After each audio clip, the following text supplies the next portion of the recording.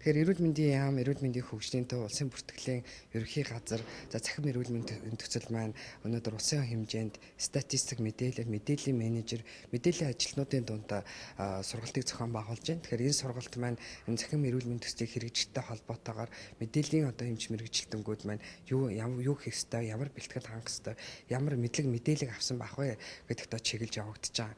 Тэгэхээр өнөөдөр бид нэр аливаа мэдээг бол мэдээлэл болгож тэрийг үр дүнтэйгээр ашиглаж чадах юм бол зөв нотлохоон цулгуурсан төлөвлөлтийг хийж түүнийхээ дагуу хэрэгжилтийг хангаж явна.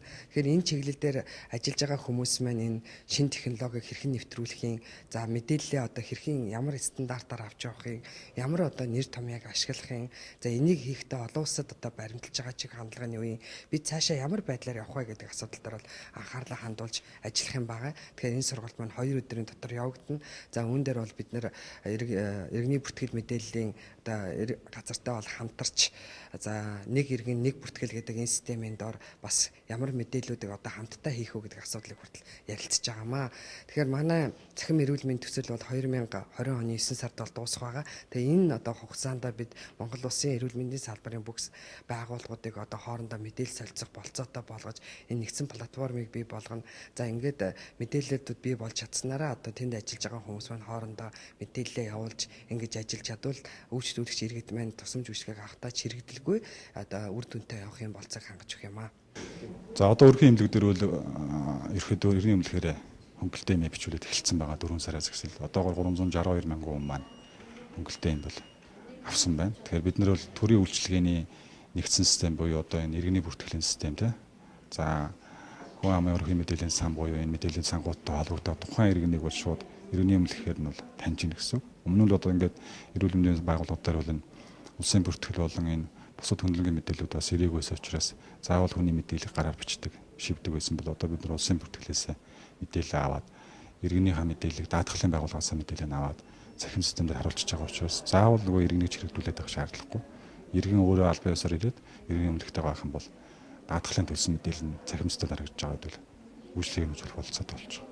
Бид нар 362 мянган иргэнд бол сая 4 сарын хугацаанд бол цахим системээ нэвтрүүлсний үр дүнд бол тусламж үйлчлэг үзүүлсэн байгаа. За энэ нь бол 892 мянган тохиолдол байгаа. За 892 мянган тохиолдлыг бид нар 600 гаруй мянган төлбөрийн баримт буюу баримтаар баталгаажуулсан байна. Тэгэхээр ерөөсөө тухайн иргэний эмнэлгээ бариад аль нэг эмнэлгийн байгууллагаар очиод тусламж үйлчлэг авсан байна. Тэр нь баримт үйлдсэн байна. Ерөөсөө хуулийн дагуу бүх ажиллагаа явж байна. Тэгэхээр энэний ард нь бол бүртгэл сайжирж байна, зэгсэрж байна. Очих ёстой байгууллагууд бүх хүндэл очиж байна гэсэн үг. За баримтаа хэвлэнэ гэхээр сангийн яам руу даатгалтай холбоотой мэдээлэл нь явах нь байна тий. Санхүүжилт төсөв шийдэх газар улсын бүртгэл рүү тухайн иргэнтэй холбоотой нэг иргэнийг бүртгэл гэж ярьдаг. Тэгээ энэтэй холбоотой статистик мэдээлэл явах нь. Статистикээр ороо манай эрүүл мэндийн салбарын байгууллагуудын бас бүртгээд байгаа мэдээлэлүүд очих нь байна гэдэг.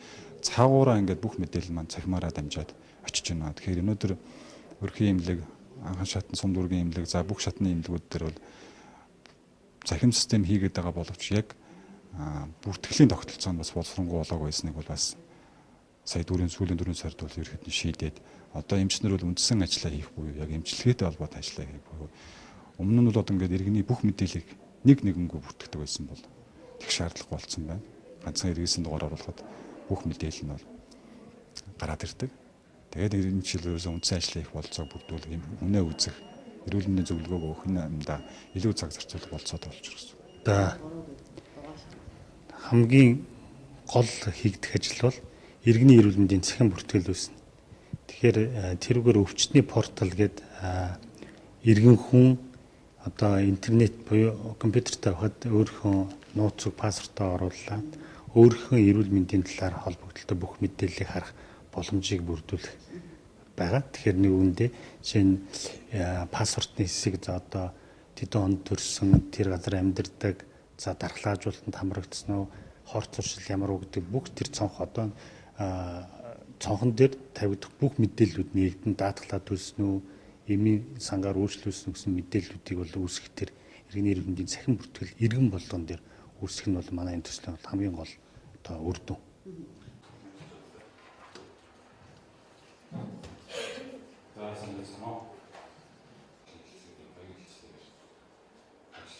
Эрүүл мэндийн цахим мэдээлэл хийсэн онцлог байгаа санхүүтэй өнөөдөр эрүүл мэндийн салбар мэдээлэл хэмжээ чиглэлээр онцлог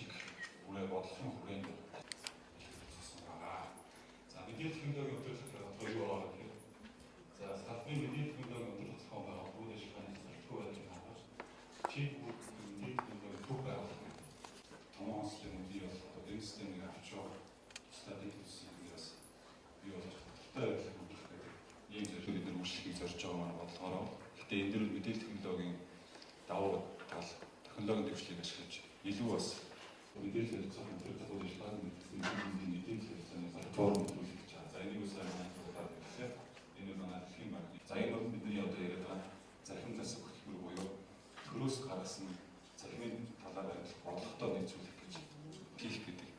Энэ агуулгын хүрээндээ бид захин засаг хөтөлбөрийг бол бас үйл ажиллагаанд нэг төвлөрүүлж байгаа. За болон бас таарах байсан. Тэгэхээр бид нар бол энэ чиглэлээр сонсгоо анхаарсан.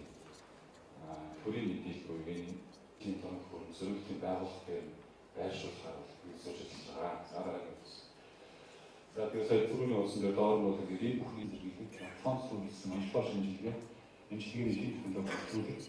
За эрүүл мэндийн салбарын санхүүжилтийн